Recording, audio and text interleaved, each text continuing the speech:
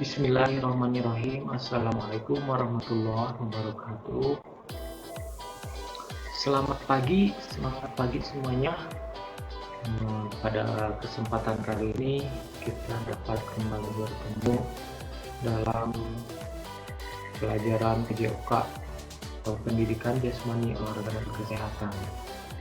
Pada pertemuan kali ini kita akan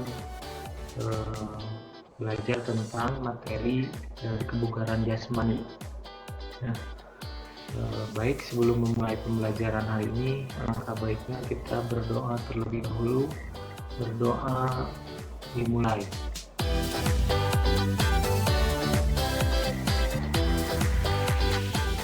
Doa selesai. Baik.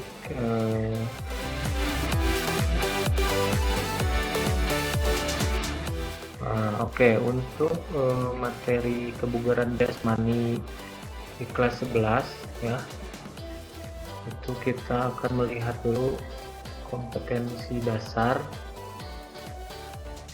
terkait dengan materi kebugaran jasmani, yaitu ada di 3.5 tentang menganalisis konsep latihan dan pengukuran komponen kebugaran jasmani terkait keterampilan. Ada 4 komponen, yaitu kecepatan, kelincahan, keseimbangan, dan koordinasi menggunakan instrumen terstandar. Nah, kemudian 4.5-nya mempraktikkan hasil analisis konsep latihan dan pengukuran komponen kebugaran jasmani terkait keterampilan. 4 komponen tadi ya, kecepatan, kelincahan, keseimbangan, dan koordinasi. Oke, selanjutnya, nah ini ada peta konsep terkait dengan konsep latihan dan pengukuran komponen kebugaran jasmani. Jadi nanti kita akan mengupas ya dari 4 komponen yang ada di kebugaran jasmani, khususnya di kelas 11 ya.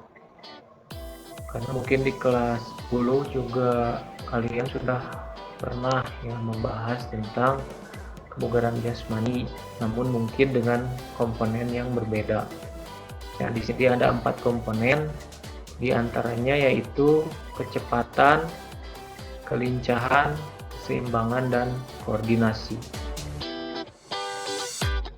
Oke, selanjutnya, nah ini ada pengertian dari kebugaran jasmani ya.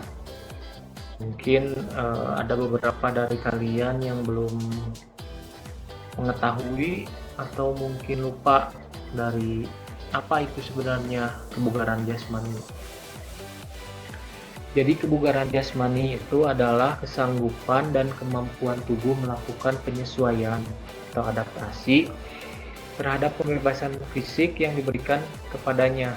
Nah, dari kerja yang dilakukan sehari-hari tanpa menimbulkan kelelahan yang berlebihan. Maksudnya bagaimana? Jadi ketika misalnya kalian melakukan suatu aktivitas fisik atau aktivitas sehari-hari, kemudian kalian masih mampu melakukan aktivitas yang lainnya tanpa menimbulkan kelelahan yang berlebihan. Nah, berarti derajat kebugaran jasmani yang kalian miliki itu baik.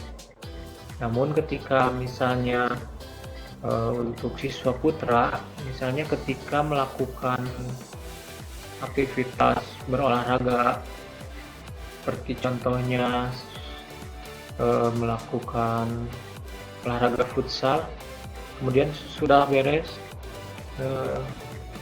lemas ya, tidak bisa melakukan aktivitas yang lainnya, jadi inginnya tuh tidur gitu kan, rebahan karena lelah, berarti derajat kebugaran jasmaninya itu kurang baik ya.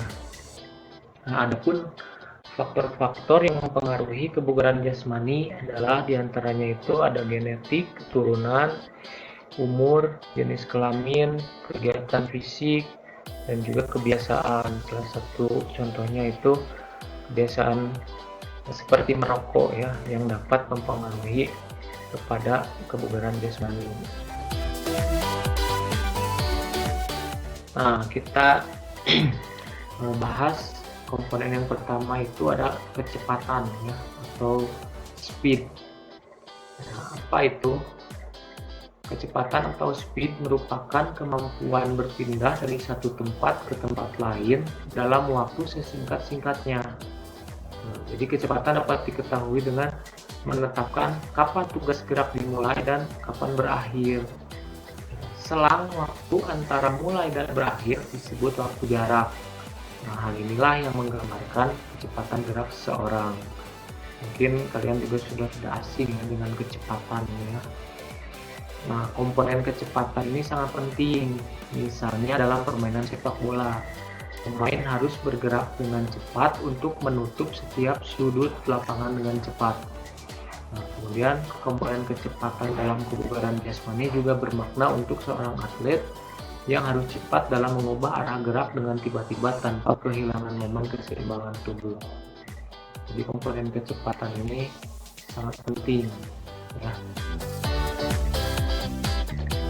Kemudian yang selanjutnya, ada macam-macam kecepatan.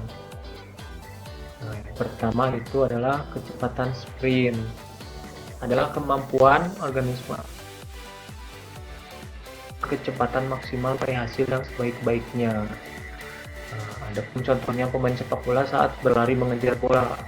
Tentu saja kan seperti kalau di Persib itu Febri Haryadi yang mempunyai kecepatan yang di atas rata-rata pemain sepak bola di Indonesia pada umumnya. Nah, ini merupakan kecepatan sprint. Kalau di rekor dunia itu ada Usain Bolt ya dari Jamaika. Itu di jarak 100 meter lari sprint dia mencatatkan waktu 9,4 atau 6 detik gitu ya kalau nggak salah. Jadi kalian bisa cari ya. Kemudian kecepatan reaksi ya adalah kemampuan organisme atlet untuk menjawab suatu rangsang secepat mungkin dalam mencapai hasil yang sebaik-baiknya. Nah, ini contohnya ada pemain sepak bola saat menyambut umpan. Jadi pemain tersebut langsung dengan sigap menyambutnya. Jadi ada reaksi ya. Ketika teman kita mengumpan, bagaimana reaksi kita? Apakah menyambut umpan itu untuk menciptakan gol atau membiarkannya tanpa ada reaksi? Tentu saja kan menyambut umpan tersebut sehingga dapat terciptanya sebuah gol. Kemudian yang ketiga ada kecepatan bergerak. Itu kemampuan organ atlet untuk bergerak secepat mungkin dalam satu gerakan yang tidak terputus. Nah, ini hampir sama dengan tadi yang sprint namun dengan gerakan yang tidak terputus. Kemudian bentuk latihannya dapat dilakukan sprint berulang ya untuk macam-macam latihan kecepatan ini. Bisa juga 5 kali 10 meter, 3 kali 20 meter ataupun 2 kali 25 meter. Itu untuk bentuk latihan kecepatan. Nah, kemudian komponen yang kedua yaitu kelincahan atau agility ya. Kelincahan adalah kemampuan seseorang untuk bergerak dengan cepat dan mengubah arah dengan tangkas tanpa kehilangan keseimbangan dan sadar akan posisi tubuhnya. Jadi kelincahan ini sangat diperlukan untuk cabang-cabang olahraga seperti contohnya itu di bola voli, bola basket, sepak bola, hoki, softball ya, dan yang lainnya. Demikian pula dengan cabang olahraga perseorangan seperti tinju, pencaksilat, bulu tangkis, anggar dan sebagainya. Jadi kelincahan ini sangat penting. Karena apa? Karena kita bisa membayangkan jika seorang atlet yang tidak lincah gitu ya. Misalkan ketika dia bertanding tinju, pasti kalau tidak lincah gerakannya akan menjadi sasaran untuk pukulan dari lawannya. Ya, begitupun dengan olahraga yang lainnya. Tentu saja para atlet dituntut untuk memiliki kelincahan yang baik. Nah, kelincahan itu juga merupakan salah satu komponen fisik yang banyak dipergunakan dalam berbagai olahraga. Jadi pada umumnya didefinisikan sebagai kemampuan untuk mengubah arah secara efektif, cepat, dan tepat sambil berlari hampir dalam keadaan penuh. Jadi ketika kalian suka melihat bulu tangkis ya, itu dari sudut kiri ke kanan, depan belakang itu mereka kelincahannya sangat baik sekali ya, apalagi atlet yang sudah menjadi juara dunia itu kelincahannya sangat baik sekali. Nah, kemudian ada pun latihan dari kelincahan itu ya, ini bentuk-bentuknya harus ada gerakan merubah posisi arah badan. Nah ini seperti contohnya itu ini satoran ya, berlari bolak-balik, kemudian ada lari halang rintang dan juga lari zigzag. Ini bentuk-bentuk latihannya. Kemudian komponen yang ketiga itu keseimbangan ya. Jadi keseimbangan itu adalah mempertahankan tubuh dari suatu tekanan atau beban dari badan dalam keadaan diam atau sedang bergerak. Latihan keseimbangan ini dapat dilakukan dengan jalan mengurangi atau memperkecil bidang tumpuan. Maksudnya untuk melatihnya bisa dengan jalan jinjit gitu ya. Nah ini untuk melatih keseimbangan. Latihannya itu adalah bentuk sikap badan dalam keadaan seimbang baik pada sikap berdiri, duduk maupun jongkok. Nah ini ada beberapa latihan keseimbangan nih. Salah satunya ini bisa posisi dalam senam, sikap kayang ya, terus ada sikap kapal ya.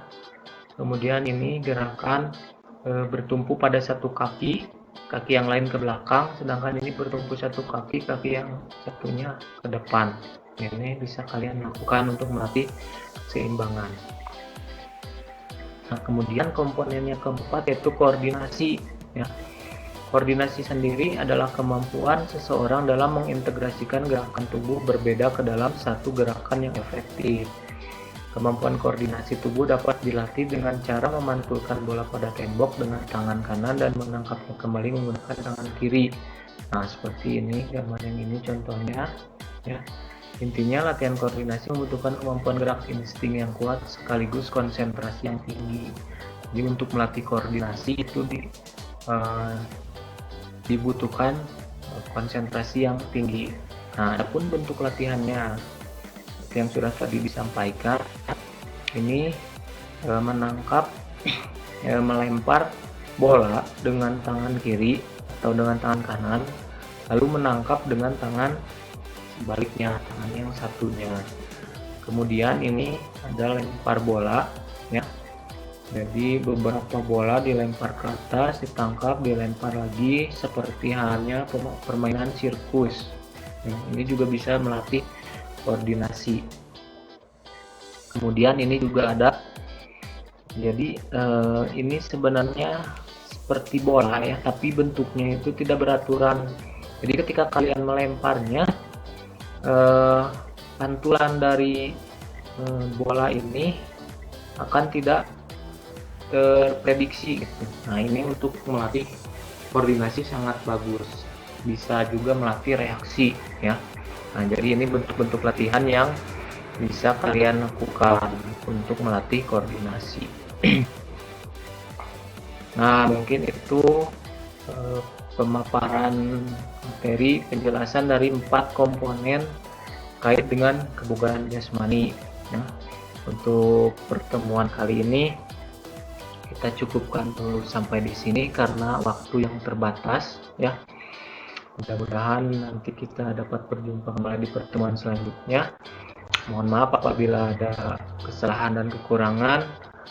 Jika ada yang ditanyakan silakan boleh langsung saja di WA grup ya. Wabillahi taufiq wal hidayah. Wassalamualaikum warahmatullahi wabarakatuh.